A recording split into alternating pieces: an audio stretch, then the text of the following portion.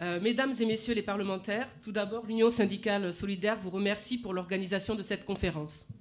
Comme cela a déjà été dit par mes prédécesseurs, cela fait plus de 2 ans que l'on demande une conférence sur le financement des retraites au gouvernement et que notre appel n'a pas été entendu. En préalable, la sécurité sociale, avancée majeure du XXe siècle, est une richesse nationale et collective majeure.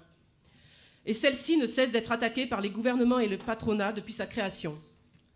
En 1967 déjà, nous avions eu droit à la séparation des branches de la Caisse de sécurité sociale. C'est important de le préciser ici, car c'est bien la séparation de branches qui a permis de créer dans les branches des excédents et des déficits, alors que la globalité indique que la sécurité sociale n'est en rien dans une situation catastrophique, d'autant plus si on y inclut les excédents de l'UNEDIC, et s'agissant du seul volant sur les retraites, en mobilisant notamment les fonds de réserve retraite dont les actifs en 2021 étaient de 27 milliards. L'Union syndicale solidaire réclame à titre liminaire la réunification au sein d'une même caisse englobant également l'assurance chômage. L'Union syndicale solidaire veut aussi rappeler que si la réforme Juppé n'était pas passée dans sa globalité en 1995, nous ne serions certainement pas là en train de discuter des questions de financement de la sécurité sociale et des retraites. En effet, nous n'aurions pas le PLFSS et le financement devrait faire l'objet de discussions entre les représentantes et représentants, élus des travailleurs et des travailleuses, aux caisses de sécurité sociale, dont les syndicats de travailleurs et travailleuses. L'Union syndicale solidaire revendique donc l'abrogation du principe du PLFSS qui a ôté la maîtrise de l'outil de protection sociale à ses principaux bénéficiaires, les travailleurs et les travailleuses de ce pays. Mais puisque l'on parle de financement et que le PLFSS est malheureusement bien une réalité, voyons tout d'abord quelle retraite financer. Il faut accorder un niveau de vie digne et décent aux retraités. Ça a été dit, plus de 10% vivent sous le seuil de pauvreté. Le système par répartition, basé sur la solidarité intergénérationnelle, est un choix heureux de société que nous devons assumer collectivement, y compris dans son financement.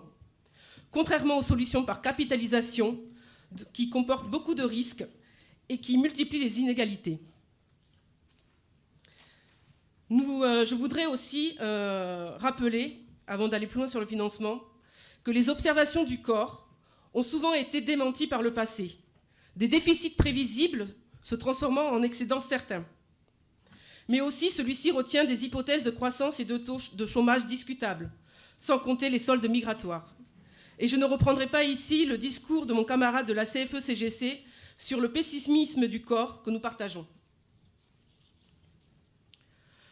Surtout, la sécurité sociale reposant en grande partie, et c'est heureux, sur la cotisation sociale, notamment assise sur la masse salariale, il est évident qu'en adoptant une politique de l'emploi bien plus volontariste, et ça a déjà été dit ici, assise par exemple sur la réduction du temps de travail, comme la satisfaction des besoins écologiques et sociaux, et notamment des besoins dans les services publics, comme celui de la santé, évoqué par nos prédécesseurs, ou en développant un service public de la petite enfance et de la dépendance, permettrait de réduire la charge des dépenses du chômage tout en alimentant celle des retraites et des autres caisses sociales. Tout étant lié, voilà pourquoi il est indispensable de tout lier dans une caisse unique. Par ailleurs, la cotisation ne doit pas reposer uniquement sur les entreprises dont la masse salariale se réduit ou est peu importante. Une réflexion sur la cotisation, en partie assise sur la valeur ajoutée, c'est-à-dire avant répartition primaire entre les salaires et les profits, doit pouvoir être engagée. Comme cela a déjà été dit par mes collègues représentants des syndicats de salariés, augmenter sensiblement les salaires des travailleurs et des travailleuses actuellement dans l'emploi augmentera les cotisations, ainsi qu'augmenter le point des fonctionnaires pour le côté public. Réalisons enfin l'égalité salariale, femmes-hommes, cela a déjà été dit, ramènerait entre 3 et 6 milliards d'euros. Les conditions d'un taux d'emploi de femmes égal à celui des hommes, qui, comme l'ont dit nos camarades de la CGT, rapporterait 6 milliards de cotisations retraite.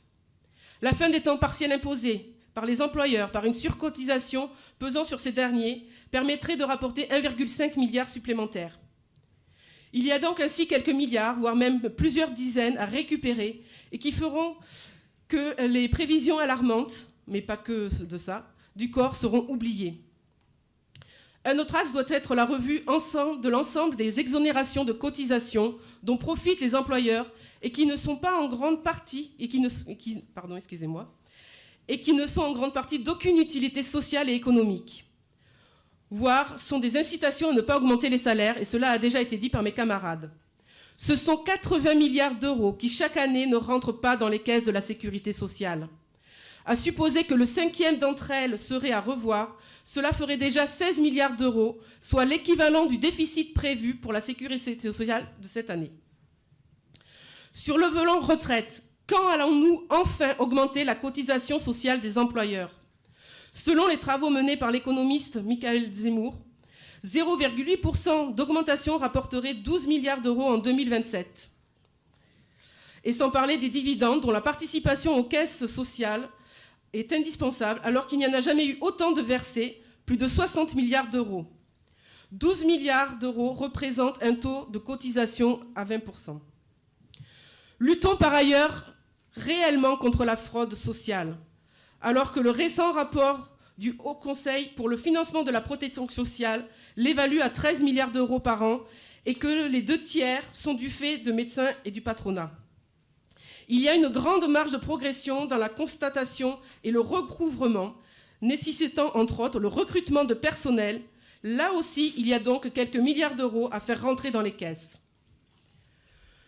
L'Union syndicale solidaire exige donc l'annulation de la précédente réforme et par-delà, nous revendiquons le retour à 60 ans, l'âge légal de départ à la retraite, avec 37 annuités et demie de cotisation et à taux plein. Ce ne serait que justice, alors que les études démontrent que 64 ans marquent la limite moyenne d'espérance de vie en bonne santé et que, comme cela a déjà été dit, l'espérance de vie n'augmente plus, voire diminue.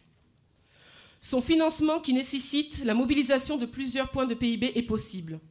Les pistes pour y parvenir viennent d'être évoquées.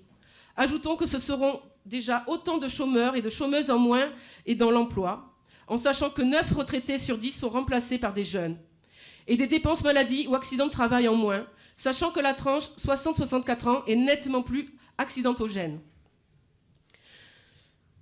C'est bien de cela dont il s'agit, de savoir quelle société nous voulons. La retraite et son financement est à ce titre un enjeu éclairant sur l'évolution de la société. Si nous souhaitons une société digne et apaisée, plus équilibrée, il nous faut partager entre toutes et tous toutes les richesses produites. Et nous, syndicalement, nous y sommes prêts. Merci Julie Ferroy. Dernière représentant